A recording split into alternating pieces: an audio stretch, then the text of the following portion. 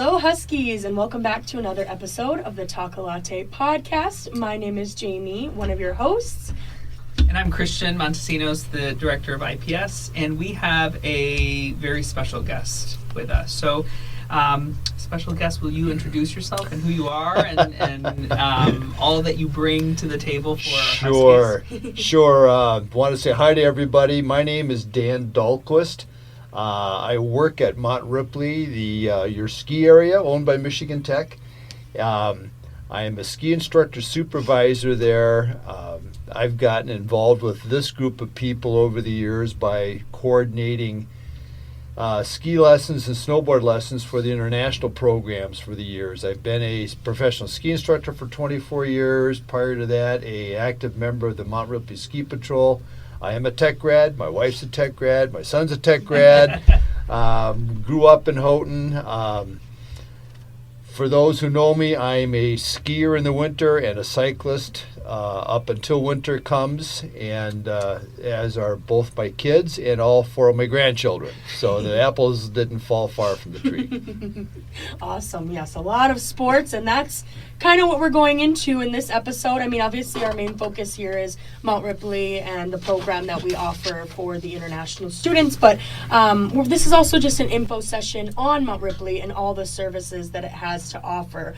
So I know you mentioned Mont Ripley is owned by Michigan Tech, but in terms of logistics, where is the ski hill located? Mont Ripley's got an interesting background. First off, we're located on the north side of the canal, on what is actually the largest island in Lake Superior. Mont Ripley was founded by a gentleman by the name of Fred Pabst. That name may ring a bell, as in a beverage that the Pabst brewing family produces. Founded in 1934 by Fred Pabst, with Michigan Tech acquiring it in 1944. And there's been skiing traced back to the early 20s, which kind of makes sense given our Scandinavian heritages here. And then post-World War II, the area was managed by a gentleman by the name of Fred Lonsdorf, who was a 10th Mountain Division veteran, and Fred, incidentally, was from Iron Mountain. But Fred was a very active ski coach, actually was the front cover of Sports Illustrated in the 50s as the outstanding collegiate ski coach in the United States. Our ski area has got a tremendous racing heritage. We've had some World Cup skiers come out of here. We have some people who have been extremely talented race coaches. One who is actively coaching right now in Steamboat. He grew up in Houghton. So it's an amazing little ski area that is owned by a university. Where I think one of maybe 7 ski areas in the country that are owned by a college or a university. One of the other ones is 100 miles away from here. Gogebic Community College offers a ski area management degree, and they have their own ski area called Mount Zion. Lots of weird things. Yeah. Yeah, and so if there are students that are coming in and now know that this is a possibility, I mean, they're coming in very much aware that we are a winter location. And they want to take advantage of everything that their experience Tech fee covers. What are some of those activities that the ski hill offers for them? That's a great question, because we are a classroom. We teach approximately 700 Michigan Tech students a week for 7 weeks. We teach beginning, intermediate, advanced skiing, beginning, intermediate, advanced snowboard, telemark skiing. We train people to become members of the National Ski Patrol, which is a national designation. Plus, as a Michigan Tech student who is paying your experience Tech fee, your pass, your daily ticket or season pass is zero. That's pretty sweet. Anybody using the mountain who does not pay that experience Tech fee, they have to pay regular daily ticket or season ticket fees. So it's a pretty neat opportunity for students, who are coming to Michigan Tech because they like the snow and the ski. We're right here for you. And for that group, if you are interested in teaching skiing, working on lifts, helping make snow, which is about to start here pretty quick, working in rental, all those opportunities, you would reach out to Mont Ripley Ski Area either online or through their phone number and apply for a job. If you are interested in becoming a ski patroller, you can reach out to me and a couple other people on campus, Brett Hamlin being one, Dr. Brett Hamlin. That training starts in January. So we have recreational opportunities and work opportunities, which is kind of an interesting concept. Yeah. And I know that in a lot of these episodes we do talk about the winter and how people do learn to love it, but you also have to take that initiative to go out and learn these new activities. And so other than, obviously skiing and snowboarding are the main things that we see with Mount Ripley and associate with it, but are there any other special events or activities that you have at Mount Ripley? We've got a couple. First off, a weekly activity is our tubing hill. You don't have to be a skier. It's a separate pass. The Experience Tech fee does not cover that, I don't believe. But it is an opportunity to go down a part of the hill, not all of it, but a part of the hill on a tube, and they're going pretty fast. It's entertaining to watch, and the reports from people are pretty positive. One of the big things that we do at Mont Ripley occurs during Winter Carnival.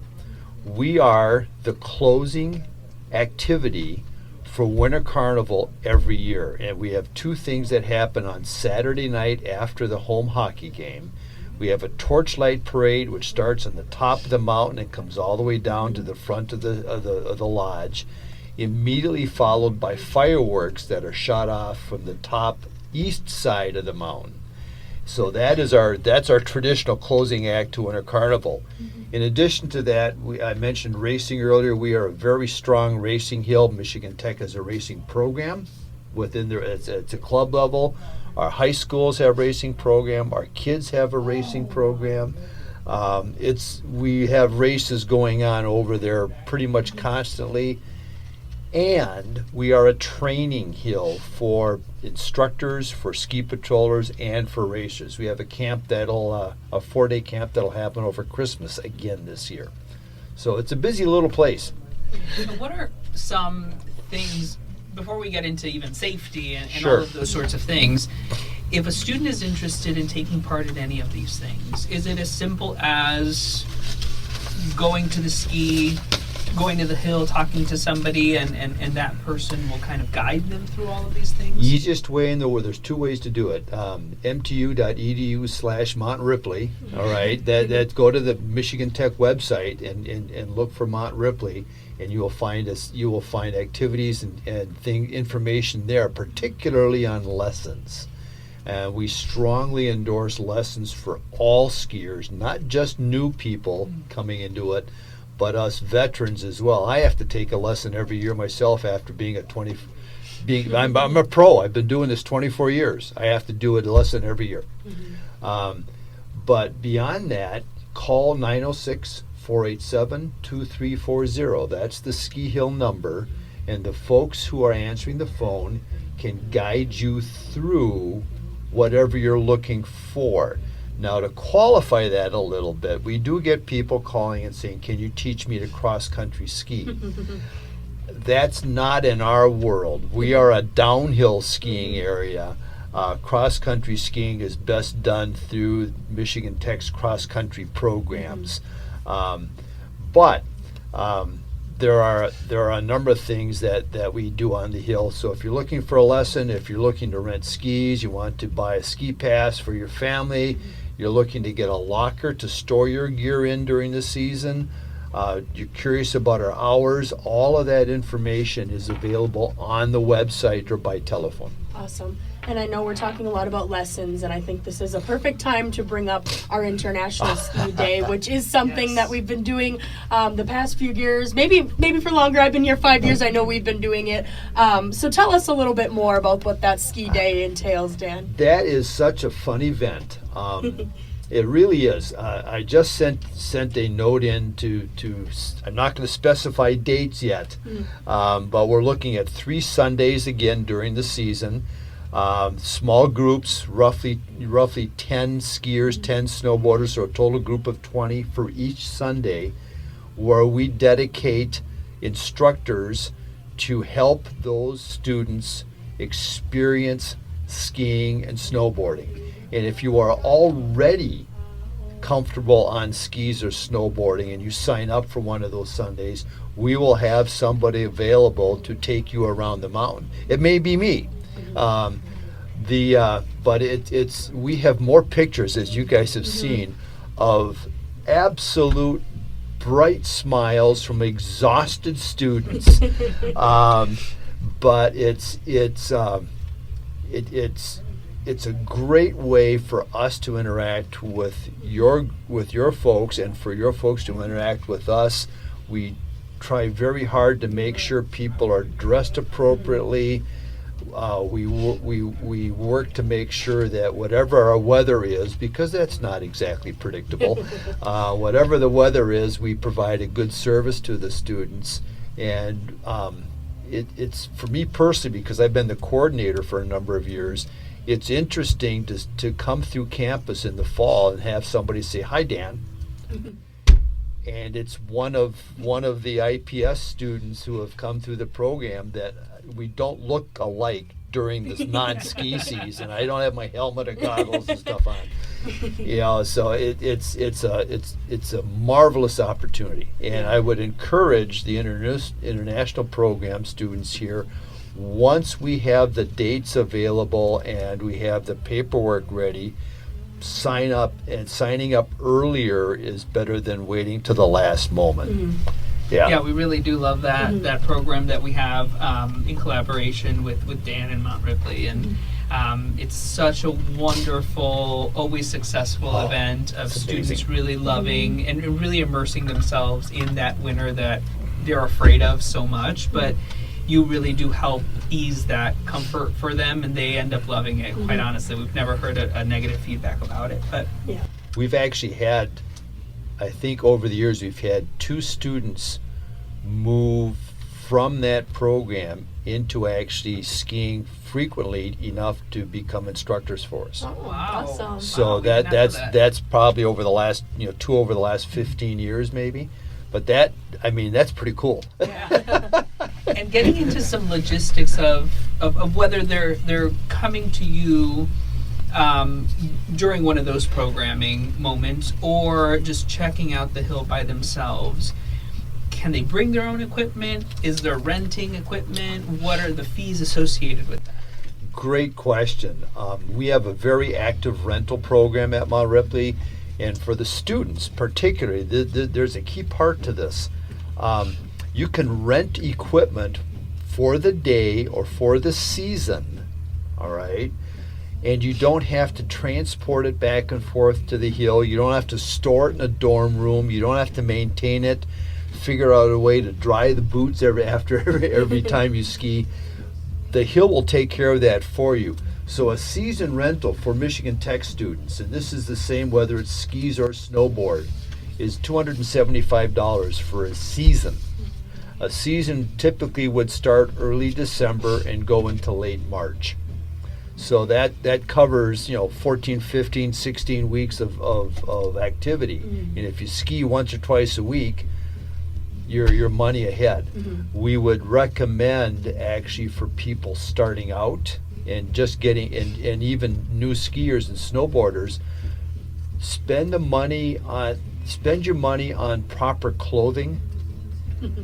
Don't go out and buy skis or boots or snowboards that are used.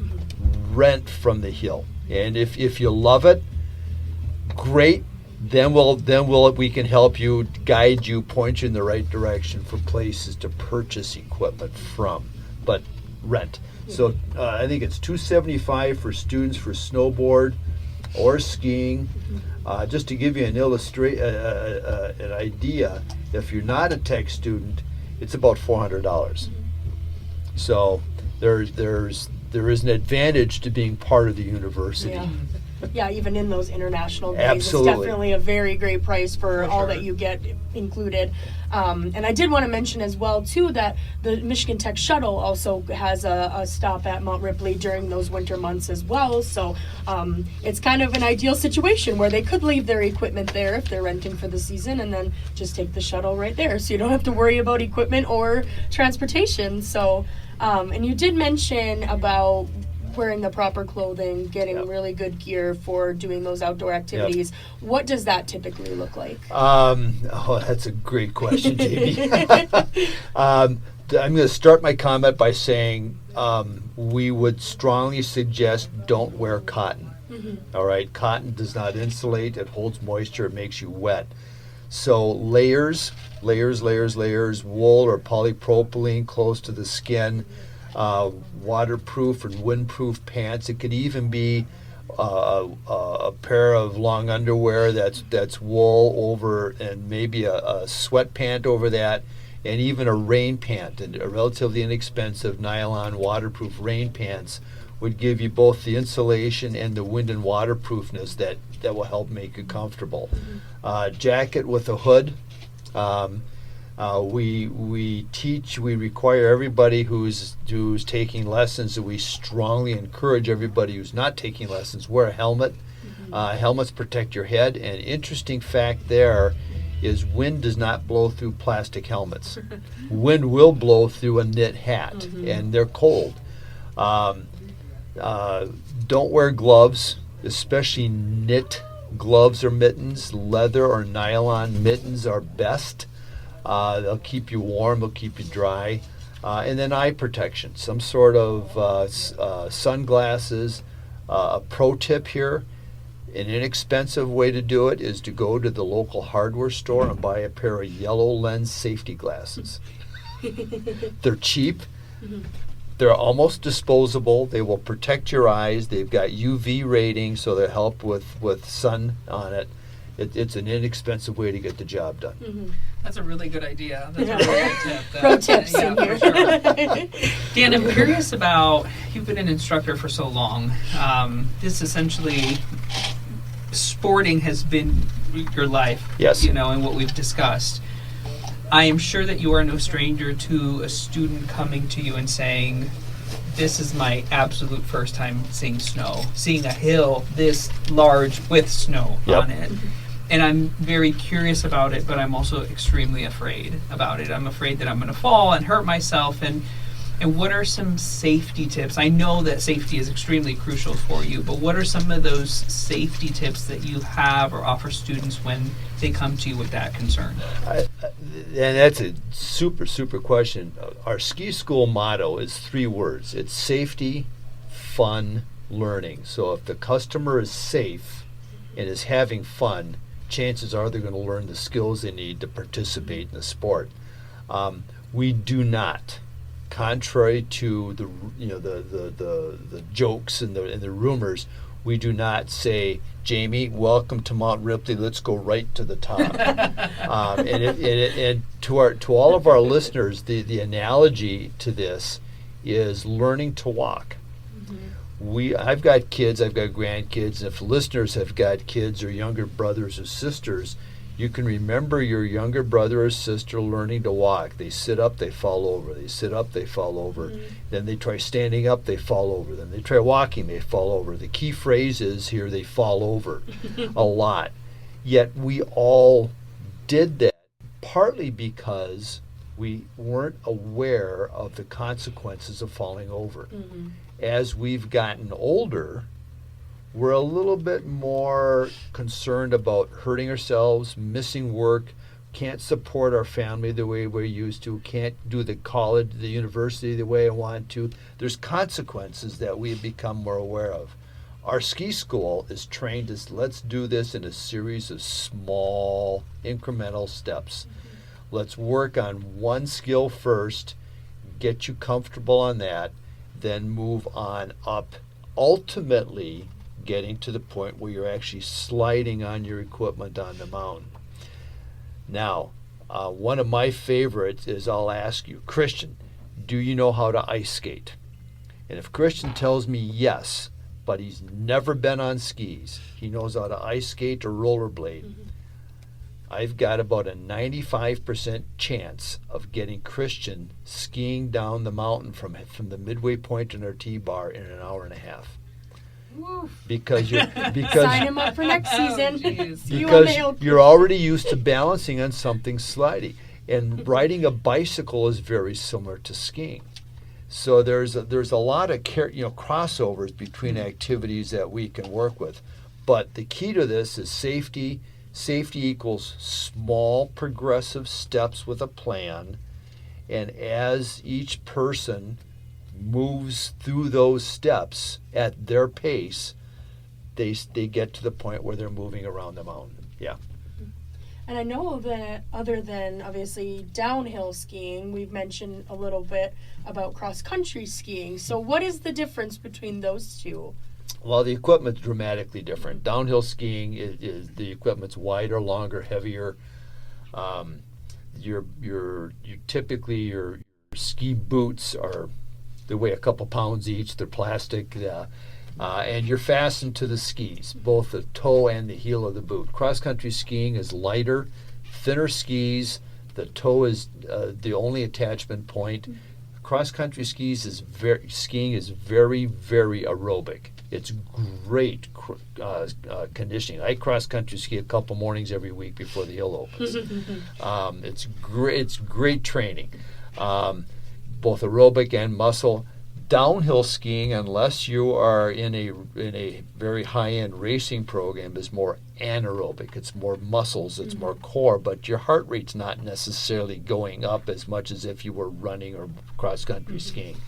Cross-country skiing is typically done on groomed trails where you have a track, for lack of a better word, a track that is cut in the snow that your skis fit in, and you slide down the track. There's another version of it that's skate skiing, where you're basically using an ice skating type maneuver and you're moving down the trails. Both of them are a lot of fun. If you are listening to this and you have never tried cross-country skiing, you are missing a tremendous opportunity. You're in one of the best places in the country to get out and experience this. Michigan Tech has a varsity Nordic team, plus they own the Tech Trails, which is one of the few places in the country you can hold very high-level Nordic races at. So we've got infrastructure here to get out and try it. Mm-hmm. And in a future episode this season, we will be meeting with the Outdoor Adventure Program, and they handle everything with rentals with cross-country skis, so stay tuned for that episode. Yep. Dan, what are some other activities that we have not discussed for maybe individuals who come from both spectrums? I maybe want something more safe in my mind than actually getting to that point, and then our more adventurous students that are like, I've grown up doing this, give me something new. Here's one of my favorites, and I do. My wife and I do this periodically during the winter, all the time. Snowshoeing. The requirements to snowshoe are: you have to have appropriate clothing. You have to let people know where you're going. OAP will rent you snowshoes, and snowshoes are available through a number of stores locally that you can purchase. But the bottom requirement, the physical requirement, is you need to be able to walk, and you need to be able to laugh at yourself. laughing at yourself, and we're all laughing right here. Laughing at yourself because at some point in time, you're going to trip on your snowshoes and you're going to fall into the snow. Laugh it off, stand up, and keep going. There are a number of places that are really, really good snowshoeing. You can walk along the bike trails at the Tech Trails, not the ski trails, the bike trails. Mostohito ski area in West Hancock is great snowshoeing. A very easy one is to go, and we've talked about this, is from Quincy Hill Lookout across the ridge. It's almost totally flat. The steepest hill is you have to go up and over the tram tracks for the Quincy Mine Hoist, and that's maybe a 5-foot elevation change. But you can walk across that. It gives you a tremendous view of Houghton and the campus. If you do it at night, follow that ridge, and you'll come right out to the west top of Mont Ripley. And we encourage you to do that. Snowshoeing, it's great, and it's non-threatening. If you come to a hill, you pick your feet up, you sit down, you slide down the hill. Very, very easy. Sledding is another one. Sledding's a little bit more terrifying because Houghton is not flat. We have a lot of hills, and it's very easy to get more speed than what you're used to doing. So it takes some caution. If you're going to sled, do not do it on the streets. Do not do it on the streets. But there are sledding hills. One that gets a lot of use is Quincy Green in downtown Hancock, right across from where the Orpheum is. You know, it's the old high school. It's got a stair-step terrain on it. Come over and do tubing at Mont Ripley. It's kind of like sledding. There are places off, outside of Houghton where you can go sledding. But those two things. For the more adventuresome, you will see people. Cross-country skiing is one. Ice skating is another one. You're at the home of professional hockey, is Houghton, Michigan. Learn to ice skate. You can take a PE class at it. There's open skating at D Stadium. There's ice rinks around the area. Bicycling. It's an experience. The bikes we use are anywhere from 3.5 to 5-inch wide tires. They're very big. They're very wide, and it's great exercise. But it takes a little bit more investment and experience to get into that. But all those things are available. Ice fishing. Snowmobiling. I don't snowmobile. I don't ice fish. So that's a whole nother area to deal with. But all those things, you're in a winter playground. To all the listeners, you're in the winter playground. You're here. Please do not be afraid of the snow in the winter. Come out and participate in it. I think it's the Norwegians who have a saying, there's no bad weather, there's poor clothing choices. and if you think about that as a group here, we can identify to that. And that's where the learning how to layer and getting the right clothing makes things all of a sudden a whole lot more comfortable. Yeah.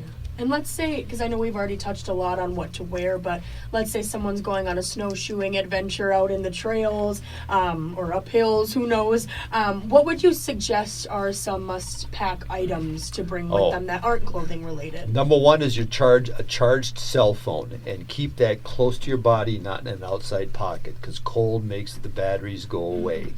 Number two is something to drink. Water. Not a soda, not juice, but water. You will sweat more than you think you will, and even when it's cold, you still sweat, and you need to replace those fluids. And some sort of a trail snack.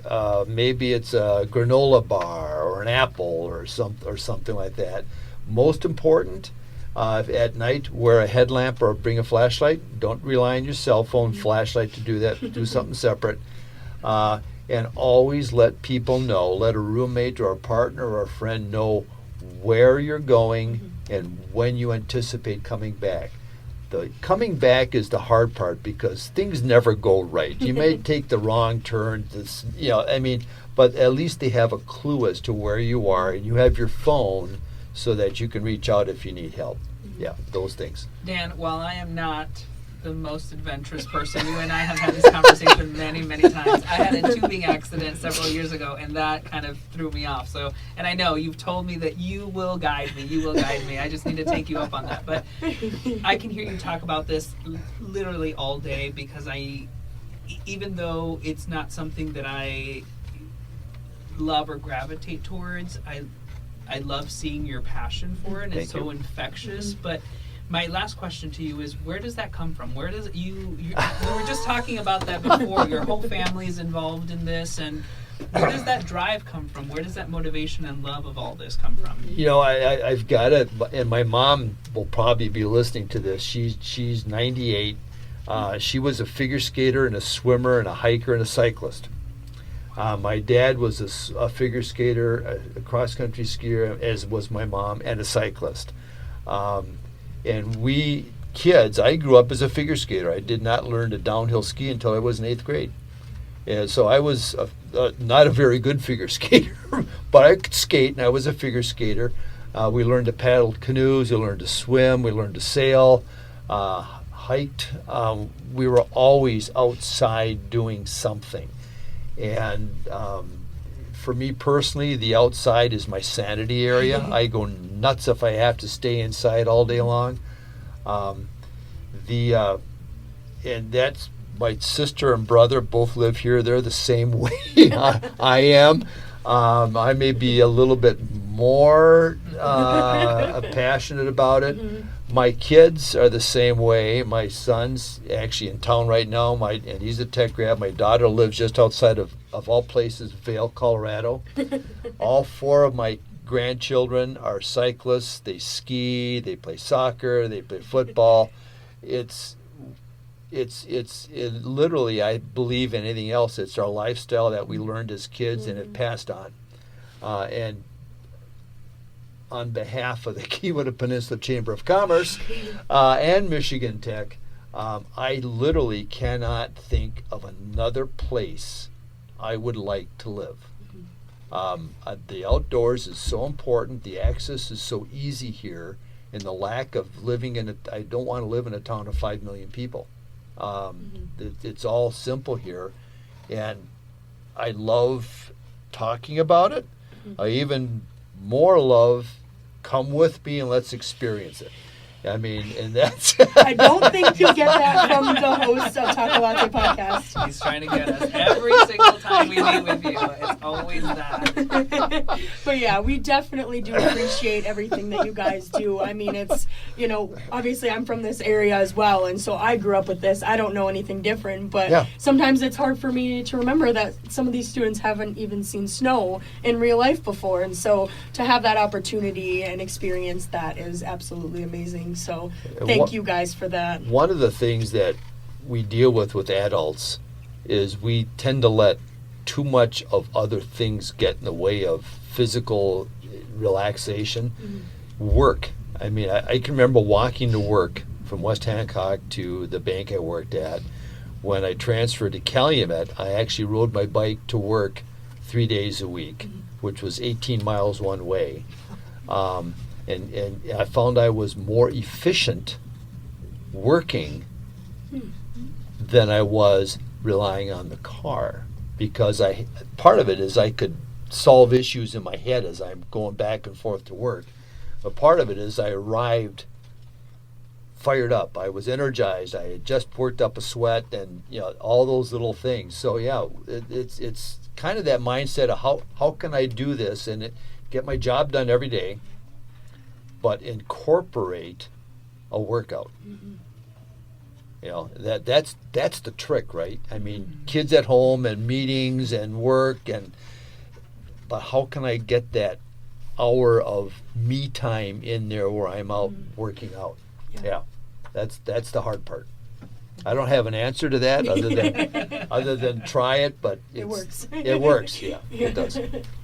Well, thank you again for joining us. We really appreciate it. And as we mentioned a lot, the International Ski Days, once we do have dates for those, we will send out an email and let you know of the process to sign up. And again, thank you for being here. It's my privilege, and come see us at Mont Ripley. We are a definite part of the university, and we enjoy working with people. I mean, that is our mission, and we like to do it, love to do it.